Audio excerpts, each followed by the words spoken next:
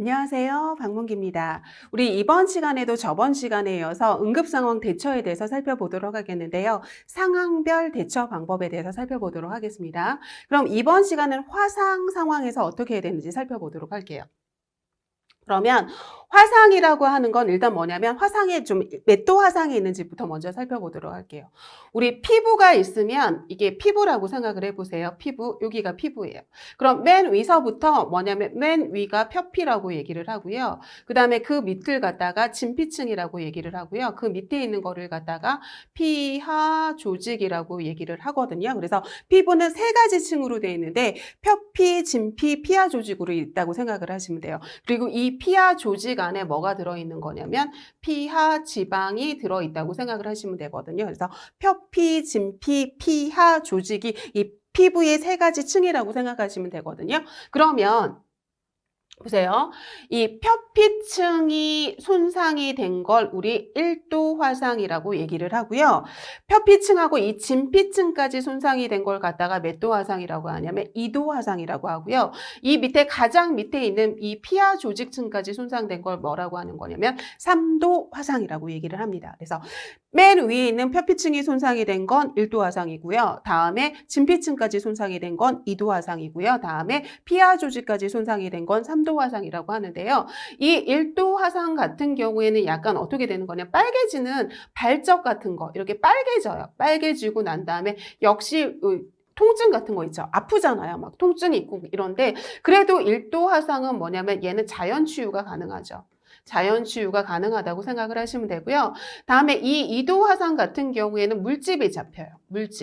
물집, 수포가 잡힌다고 생각을 하시면 되고요. 이 물집, 수포 잡혔을 때 절대 터뜨리면 안 되거든요. 이 물집 자체가 이렇게 피부가 이렇게 있으면 이렇게 물집이 잡힌 거잖아요. 그럼 이 물집 자체가 외부에 균이 들어오지 못하게 방어막 역할을 해주는 건데 얘를 터뜨리는 순간 외부에 균이 들어와서 감염이 되거든요. 그러니까 감염 방지를 하기 위해서 이 물집은 터뜨리면 안 된다고 생각을 하시면 되고요. 다음에 이 2도 화상이 통증이 제일 심한 화상이라고 생각을 하시면 돼요.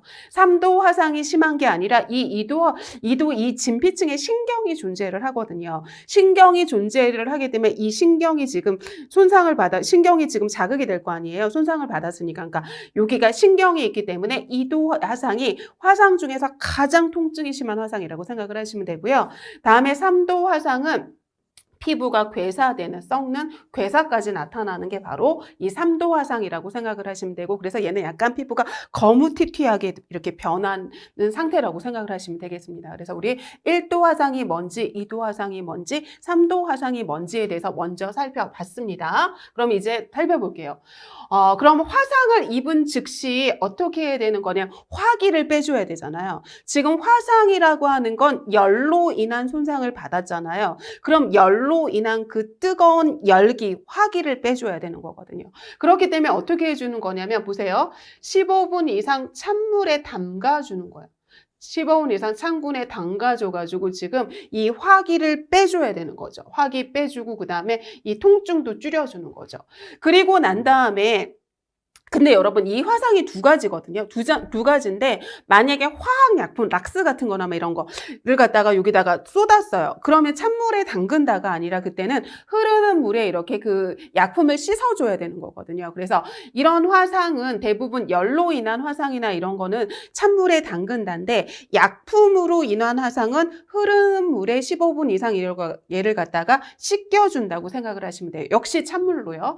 그리고 난 다음에 몸에 지금 붙어 있어요. 옷이 쫙쫙 붙어 있어요. 그러면 얘를 이렇게 벗겨내려고 하지 말고요. 어떻게 해주는 거냐면 얘는 벗기지 말는 거예요. 벗기지 말고 가위로 잘라내야 되는 거거든요. 잘라내고요.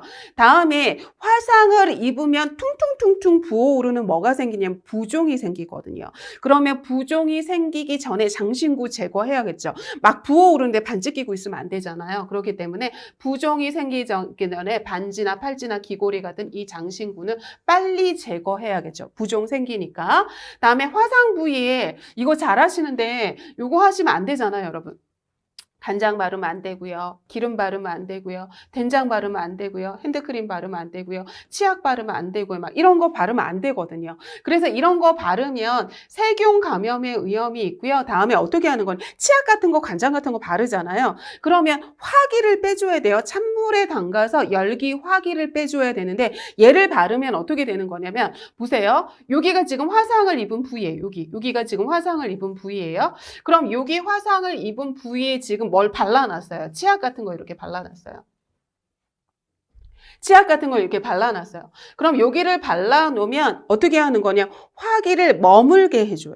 화기를 머무르게 해줘가지고 이 화기가 점점 더 밑에 있는 피부 손상을 더 일으키게 해주거든요. 그렇기 때문에 얘는 바르는 게 아니에요. 그래서 절대 바르면 안 되고요. 다음에 아까 물집 수포는 터트리면 안 된다고 그랬잖아요. 얘가 방어막 역할을 해서 얘를 터트리는 순간 외부의 균이 막 들어와서 감염이 일어난다고 그랬잖아요. 그렇기 때문에 물집 터트리면 안 되고요.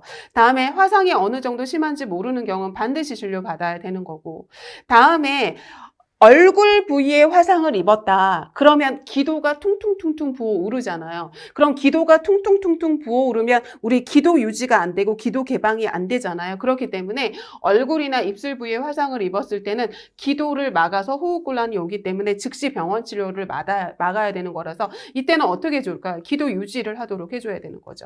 기도 유지라고 하는 건 뭐죠? 기도가 개방된 상태를 유지하도록 도와줘야 되는 거죠. 다음에 역시 가스를 마신 경우에도 병원에 가서 우리 산소 공급 받아야 되는 거니까 병원 치료해야 된다고 생각하시면 되겠습니다. 그래서 우리 화상에 대해서 살펴봤습니다. 다음은 골절에 대해서 살펴보도록 할게요, 여러분. 그러면 골절에서 가장 중요한 건 뭐냐면요, 여러분. 부목을 대주는 거거든요. 왜 그러는 거냐면요, 여러분. 골절이라고 하는 건 보세요.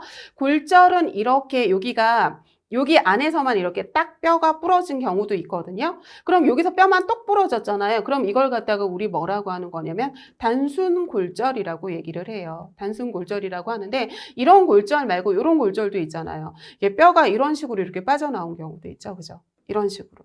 그럼 얘를 갖다가 무슨 골절이라고 하냐면 복합골절이라고 얘기를 하거든요. 그럼 얘가 이렇게 뚫고 나오면서 어떻게 된 거냐면 얘가 이렇게 뚫고 나오면서 보세요. 복합골절 같은 경우에는 피부도 손상시키고요. 근육도 찌를 수 있고요. 인대도 찌를 수 있고요. 다음에 뭐냐면 신경도 찌를 수 있거든요. 그럼 피부나 근육이나 인대나 이런 2차적인 다른 손상을 일으키잖아요. 이런 손상을 일으킬 수 있는 걸 갖다가 복합골절이라고 얘기를 하거든요.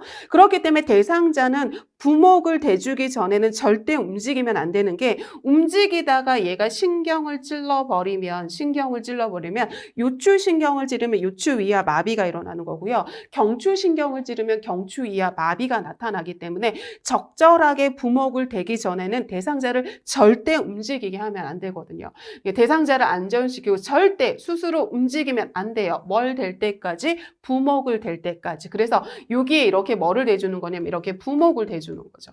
부목을 이렇게 대주고 고정을 시켜서 이 뼈가 이렇게 막 움직이지 않게끔 해서 다른 2차적인 손상을 일으키지 않게끔 하고 이렇게 이동시켜 줘야 되는 거죠. 그죠? 다음에 골절이 돼도 퉁퉁 부어 오르잖아요. 그럼 퉁퉁 부어 오르기 전에 역시 장신구 제거해 줘야 되는 거고요. 다음에 골절이 있게 되면 이런 복합골절 같은 경우나 이런 경우에 혈액이 막 출혈이 일어날 수도 있잖아요. 그럼 출혈이 일어나면 체온이 뚝 떨어지거나 이러잖아요. 그러니까 담요동으로 덮어줘서 보온해주고요. 다음에 퉁퉁 부어 올랐기 때문에 그 골절된 부위에 퉁퉁 부어 오른 초기 부종은 냉으로 이렇게 잡는 거거든요. 그렇기 때문에 냉찜질 해가지고 얘를 부종을 줄여주는 거죠. 부종 줄여주고 염증 줄여주고 통증 줄여주는 거고요. 그리고 난 다음에 얘도 중요한데 개방된 상처가 있거나 출혈이 있는 경우는 멸균거즈를 해서 상처를 덮어준다고 하는데 이렇게 생각하시면 되거든요. 여러분 우리 응급처치의 순서라고 하는 게 있어요. 응급처치의 순서가 있는데 이게 뭐냐면 보세요. 응급처치의 순서예요. 그럼 맨 처음에 해주는 게 뭐냐면 기도 유지가 가장 중요해요. 얘가 가장 중요하고요. 그 다음에 해주는 게 바로 뭐냐면 출혈일 때 지혈을 해주는 거예요. 출혈일 때 지혈을 해주는 거고요. 다음 이제 세 번째 뭐를 해주는 거냐면 쇼크이다. 그러면 쇼크 예방을 해주는 게 중요한 거거든요. 그 다음에 해주는 게 뭐냐면 상처 보호해주는 거예요. 상처 보호를 해줘가지고 뭐를 해주는 거냐면 감염이 되지 않도록 감염을 예방을 해주는 거고요. 그 다음에 다섯 번째 해주는 게 뭐냐면 골절일 때 뭐를 대주는 거냐면 부목을 대주는 거거든요. 이 순서대로 해줘야 되는 거예요. 제일 중요한 게 기도 유지, 기도 개방시키는 거고, 두 번째는 뭐냐면 출혈일 때 지혈해 주는 거고, 세 번째는 쇼크일 때 쇼크 예방해 주는 거고, 네 번째는 상처 보호해서 감염을 예방해 주는 거고, 다섯 번째는 골절일 때 부목돼 주는 거거든요. 그래서 여러분들이 시험 문제가 나왔을 때 조심하셔야 되는 게, 보세요. 골절 환자다. 가장 먼저 해줘야 될 걸 고르세요 하면 부목이에요. 그런데 보세요, 여러분. 출혈이 있는 골절 환자다. 그럼 부목이 있어도 부목 고르시면 안 되고 지혈해준다를 찾으셔야 돼요. 다음에 여러분, 상처가 있는 골절 환자다. 가장 먼저 해야 될 걸 고르세요 할 때 이때 부목이 있어도 부목 고르면 안 되고요. 상처 드레싱을 해줘야 되는 거예요. 그래서 이 순서가 더 중요하다고 생각을 하시면 되거든요. 그냥 아무런 설명 없이 골절 환자인데 가장 먼저 해야 될 걸 고르세요 하면 부목. 네, 출혈이 있는 골절 환자다. 그러면 부목이 있어도 지혈 고르셔야 되는 거고요. 다음에 상처가 있는 골절 환자다. 제일 먼저 해줘야 될 걸 고르세요. 그래서 예문 속에 부목이 있어도 부목 고르면 안 되고 뭐 고르셔야 되는 거냐면 상처 보호 고르셔야 되거든요. 그런데 여기서 뭐예요, 여러분? 개방된 상처가 있거나 출혈이 있는 환자잖아요. 그러면 지혈해 주는 게 먼저인 거고요. 다음에 두 번째 뭐예요, 여러분? 상처 보호해 주는 게 먼저인 거예요. 그 다음에 부목인 거거든요. 그렇기 때문에 멸근 거즈를 위해서 상처를 덮어주고 그 다음에 여기는 없지만 뭐 해야 되는 거냐면 지혈해 주는 게 중요한 거라고 생각하시면 되죠. 다음에 덮어준 상처 지혈해 준다. 여기 나오네요. 다음에 뼈가 튀어나왔을 때 뼈 압박하면 안 되거든요. 그래서 튀어나온 뼈 압박하지 않는 거고요.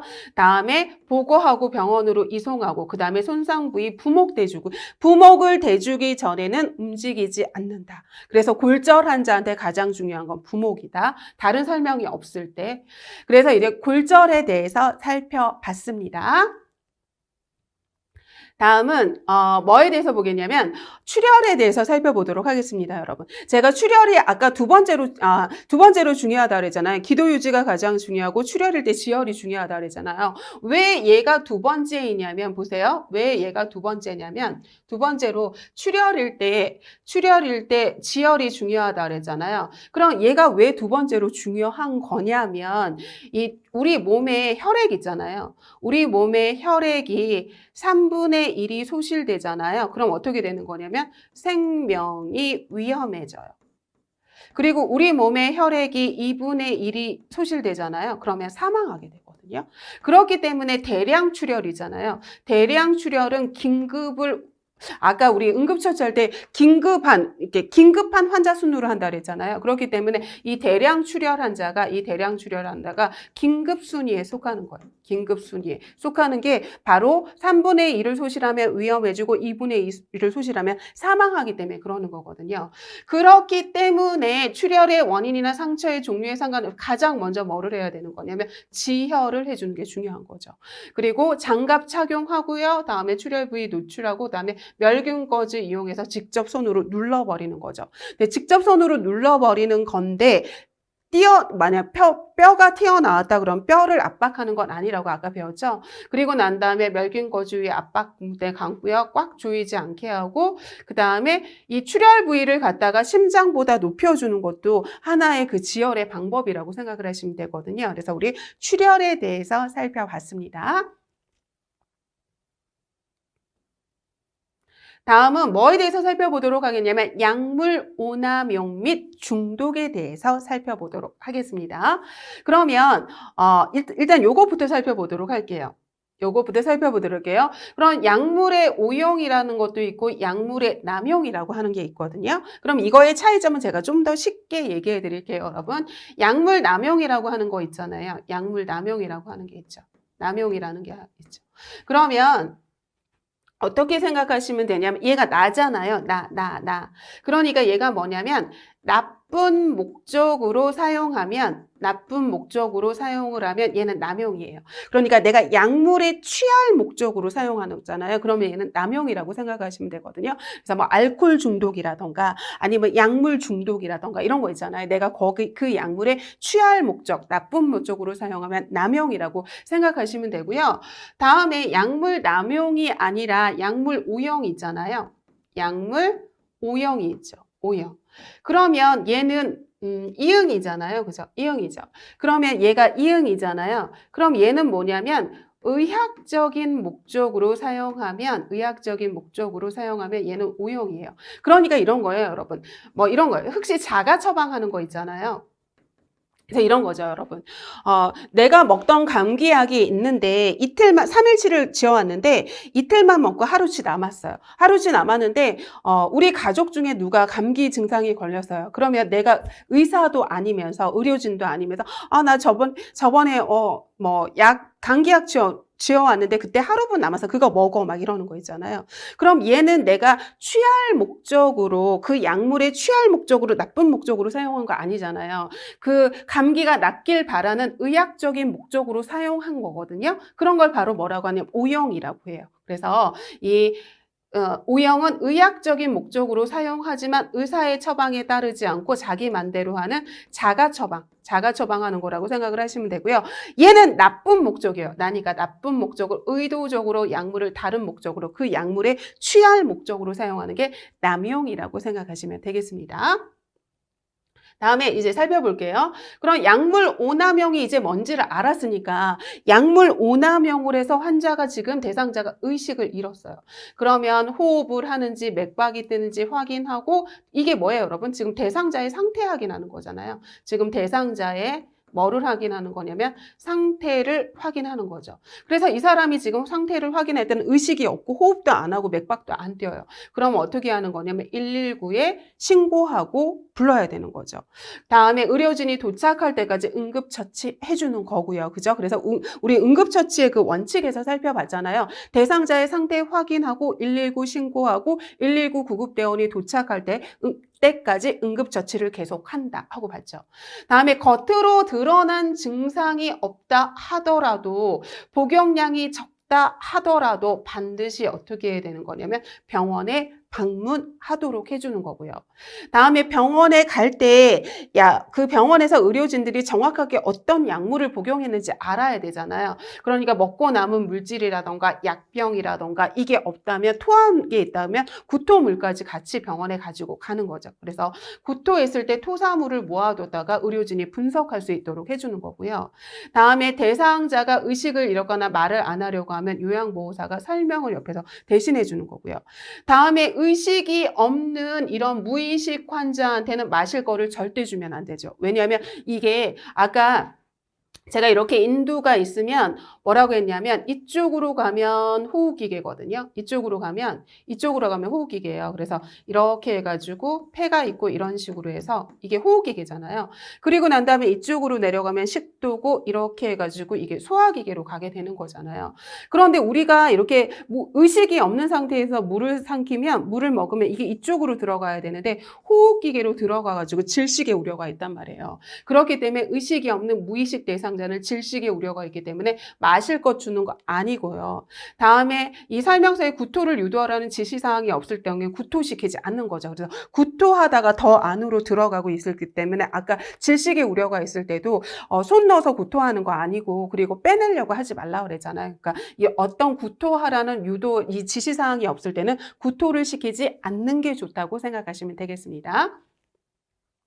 다음에 화상은 아까 우리 봤어요, 여러분. 화상이 봤는데 제가 피부는 표피층이 있고 진피층이 있고 그다음에 피하 조직이 있는데 표피층이 손상이 된 건 1도 화상이라고 그랬고 진피층이 손상이 된 건 2도 화상이라고 했고 피하 조직까지 손상된 건 뭐라고 그랬냐면 3도 화상이라고 얘기를 했거든요. 다시 한번 볼까요, 여러분? 그래서 이 표피층이 손상된 건 1도 화상이고요. 밑에 있는 진피층까지 손상이 된 건 2도 화상이고요. 다음에 여기 피하 조직까지 손상된 건 3도 화상이라고 하고요. 이 1도 화상은 표피층이 손상된 거고요. 되게 빨갛게 되는 발적이 되죠. 발적이 되고 다음에 부어오르고요. 다음에 만지면 아프죠. 그래서 이게 뭐냐면 이게 통증이 있죠. 통증이 있어요. 그렇지만 자연 치유되죠. 그래서 얘가 자연 치유되고, 그래서 햇볕에 화상을 입었을 때 이걸 갖다가 우리가 1도 화상이라고 하는 거죠. 다음에 위도 화상은 지금 뭐냐면 진피층까지 손상이 된 거고요. 다음에 제가 2도 화상이 통증이 가장 심한 화상이라고 얘기를 했잖아요. 그리고 물집, 수포 잡히고요. 이 물집하고 수포는 절대 터트리지 않는다고 우리 배웠습니다. 다음에 3도 화상 같은 경우에는 3도 화상은 뭐냐면 피하 조직까지 손상이 일어난 거고요. 다음에 여기는 오히려 신경이 날아가 버렸기 때문에 통증이 거의 없어요. 그리고 색깔이 바래져서 제가 거무튀튀하게 돼가지고 어디까지 된다면 피부가 썩는 괴사까지 간다고 얘기를 했었죠. 그래서 우리 1도 화상, 2도 화상, 3도 화상에 대해서 다시 한번 살펴봤습니다. 다음은 안전한 약 사용을 위한 3단계인데요. 요것도 좀 알고 계셨으면 좋겠어요, 여러분. 그래서 우리 약물 오남용에 대해서 지금 배우고 있잖아요. 그럼 약물 오남용을 막기 위해서 이 안전한 약 사용을 위한 3단계인데요. 여러분 보세요. 자기가 자주 가는 단골 병의원과 단골 약국을 정해두는 게 좋아요. 그래야지만 내가 단골 약국을 정해줘야지만 내가 평상시에 어떤 약을 먹는지 뭐 이런 거를 알고 있기 때문에 뭐 잘못된 들어간 약이 있다, 잘못 처방받은 약이 있다 그러면 이거는 왜 평소 하는 약하고 상충작용을 일으키는 약인데 하고 이렇게 얘기해 드릴 수도 있고요. 그리고 내 상태에 대해서 가장 잘 알고 계시잖아요. 평상시에 내 상태에 대해서 알고 있기 때문에 진료받고 이렇게 도움받고 조언받기에 딱 좋거든요. 그렇기 때문에 단골 병의원과 약국을 정해서 다니는 게 좋은 거고요. 다음에 현재 복용 중인 모든 의약품에 대해서 알려주는 게 좋은 거죠. 그래서 내가 그 건강보조식품 같은 것도 이렇게 상의한 후에 이렇게 복용을 해야 되는 거잖아요. 그래서 모든 처방약이라던가 비처방약, 한약, 약 부작용 등에서 의사나 약사에게 알려주고 조언을 받도록 해주는 거고요. 반드시 가장 최신의 처방약을 복용을 하는 거죠. 그래서 전에 먹던 약이 남았다고 해서 그걸 먹는 게 아니라 최근에 처방받은 최신의 약을 먹어야 되는 거고요. 그래서 진료 후 이전의 처방약을 이어서 복용하지 않는 거예요. 남았다고 해서 그거 먹는 거 아니거든요. 다음에 정해진 방법에 따라서 복용을 해야지 내 맘대로 와가지고 막 약을 갖다가 가루약으로 만들어서 먹는다든지 이런 거 하는 거 아니죠. 그죠? 다음에 모든 약을 식후에 복용하는 것 아니거든요. 식전에 복용하는 약도 있고 식후에 복용하는 약도 있고 취침 시에 복용하는 약도 있거든요. 그래서 약마다 복용 시간이 다르므로 처방에 따르는 거고요. 다음에 약은 물과 함께 복용하는 게 좋죠. 그죠? 물과 함께 복용하는 게 좋아서 녹차라던가 커피라던가 이런 카페인 음료와 우유는 이런 카페인 음료랑 우유는 약의 흡수를 방해하거든요. 그렇기 때문에 우유랑 같이 먹는 거 아니고요. 다음에 이런 카페인 음료랑 같이 먹는 거 아니고요. 다음에 자몽 주스 같은 경우에는 부작용을 증가시키거든요. 그래서 부작용, 고혈압 등의 부작용 증가시키니까 얘랑 먹는 거 아니고요. 다만 철분제의 흡수를 도와주는 건 비타민 C잖아요. 그죠? 그렇기 때문에 철분제는 오렌지 주스랑 같이 복용하면 철분제의 흡수를 도와줄 수 있는 거죠. 그래서 우리 약을 복용할 때는 물과 복용하는 게 가장 좋고요. 그래서 우리 이런 카페인 음료라가 우유는 흡수를 방해하기 때문에 같이 먹는 거 아니고요. 자몽 주스는 고혈압의 부작용을 유발하기 때문에 같이 먹는 거 아니고요. 근데 철분제는 비타민 C가 흡수를 도와주는 거니까 철분제는 비타민 C인 오렌지 주스와 같이 먹으면 좋다고 생각하시면 되겠습니다. 다음은 약을 삼키는 게 힘들다고 해서 모두 잘라 먹으면 안 되죠. 그래서 우리 약에 이런 분할선이 있는 거는 이렇게 잘라 먹어도 되지만 내 맘대로 분할선이 없는데도 잘라 먹으면 안 되죠. 그죠? 그래서 왜냐하면 약마다 이렇게 어디로 가서 작용하는 게 다르잖아요. 간에 가서 작용해야 되는 것도 있고 위에 가서 작용해야 되는 것도 다르기 때문에 얘가 거기에 도달하는 거에 맞게 코팅이 돼 있거든요. 그런데 내가 그거를 분할을 하게 되면 그 코팅이 벗겨져가지고 도달하고자 하는 장기까지 도달을 못하게 되면 양리작용이 사라진단 말이에요. 그렇기 때문에 내 맘대로 잘라 먹는 거 아니고요. 다음에 약 복용을 잊은 경우 즉시 복용을 하지만 약 복용 시간이 더 가까울 때는 2배로 먹는 거 아니거든요. 그래서 얘가 즉시 복용하지만 다음 약을 먹을 때가 가까워지면 그걸 먹는 게 아니라 그 시간을 기다렸다 먹으면 안 되고, 그래서 2배 용량을 절대 복용하면 안 된다고 생각하시면 되겠습니다. 그래서 우리 나머지 하나 심폐소생술이 남았거든요. 그럼 우리 심폐소생술의 그 의의랑 정의만 일단 살펴보고 자세한 사항은 다음 시간에 마저 살펴보도록 할게요. 그럼 이렇게 간단하게 좀 살펴보도록 할게요. 그럼 심폐소생술이 뭔지부터 살펴보도록 할게요. 그럼 보세요, 여러분. 얘가 심이잖아요. 그죠? 그럼 얘가 심정지가 된 상황인 거예요. 다음에 얘는 폐니까 호흡이잖아요. 그럼 뭐예요, 여러분? 호흡이 정지된 상황인 거죠. 그럼 심정지가 되고 호흡이 정지된 상황에 소생시키는 기술을 심폐소생술이라고 하는 거죠. 심정지, 호흡정지가 나온 상황에 소생시키는 기술을 우리 심폐소생술이라고 생각하시면 되겠습니다.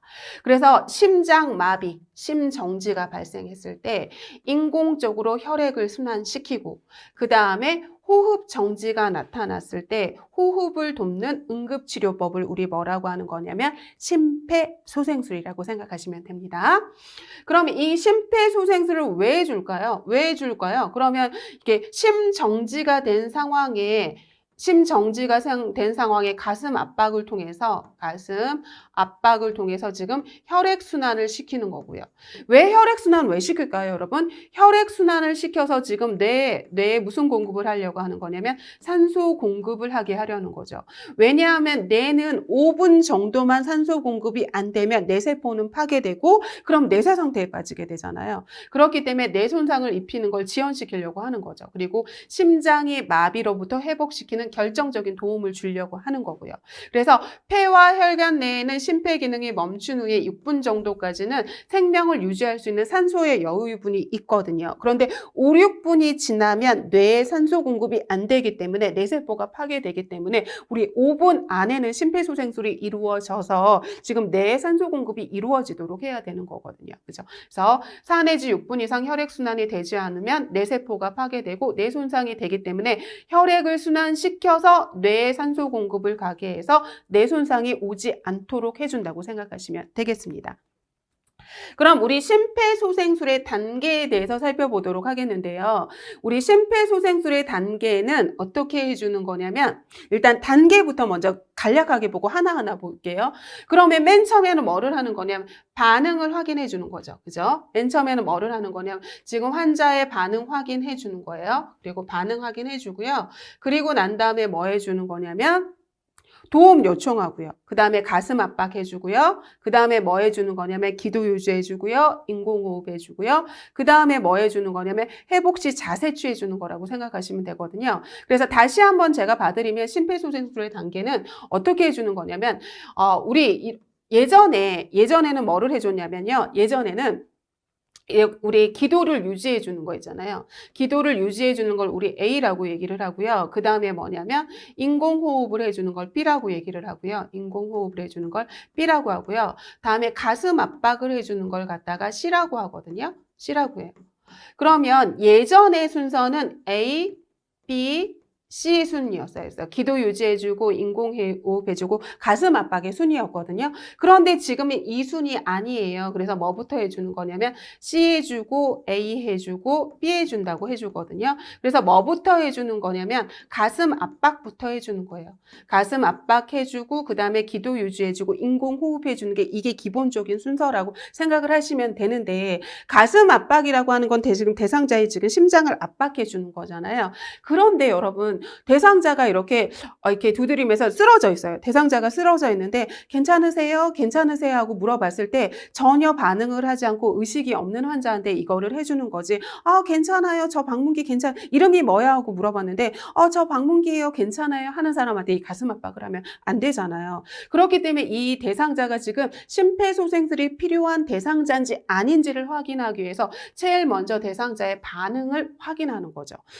이게 지금 필요한 상황인지 아닌지를 확인하는 거고, 반응을 확인해서 이 환자가 지금 의식이 없는 상태예요. 그럼 어떻게 해야 되는 거냐면 내가 119에 신고하는 거고요. 그리고 신고하고 119 구급대원이 도착할 때까지 뭐 해주는 거냐면 응급처치 해주는 거잖아요. 근데 그 응급처치 중에서도 뭐 해주는 거냐면 심폐소생술 해주는 거잖아요. 그런데 심폐소생술은 제가 뭐부터 해준다 그랬냐면 가슴 압박해준다 그랬고요. 그 다음에 뭐 해준다 그랬냐면 기도 유지해준다 그랬고요. 그 다음에 뭐 해준다 그랬냐면 인공호흡해준다고 했고요. 그 다음에 이제 뭐 해주는 거, 제세동기가 도착하면 뭐 해주는 거냐면 제세동기 해주는 거거든요. 제세동기 해주는 거거든요. 그래서 이 심폐소생술의 단계는 대상자가 지금 심폐소생술이 필요한지 반응 확인하고, 그리고 심폐소생술이 필요한 사람이다 그러면 119에 신고하고, 119 신고하고 구급대원이 도착할 때까지 응급처치 해줘야 되는데, 그때 가슴 압박해주고 기도 유지해주고 인공호흡해주고 제세동기가 도착하면 제세동기를 해준다고 생각하시면 되겠습니다. 그래서 우리 여기까지 좀 간단하게 살펴봤고요. 다음 시간에 이어가지고 우리 심폐소생술에 대해서 좀 자세하게 살펴보도록 하겠습니다. 수고하셨습니다.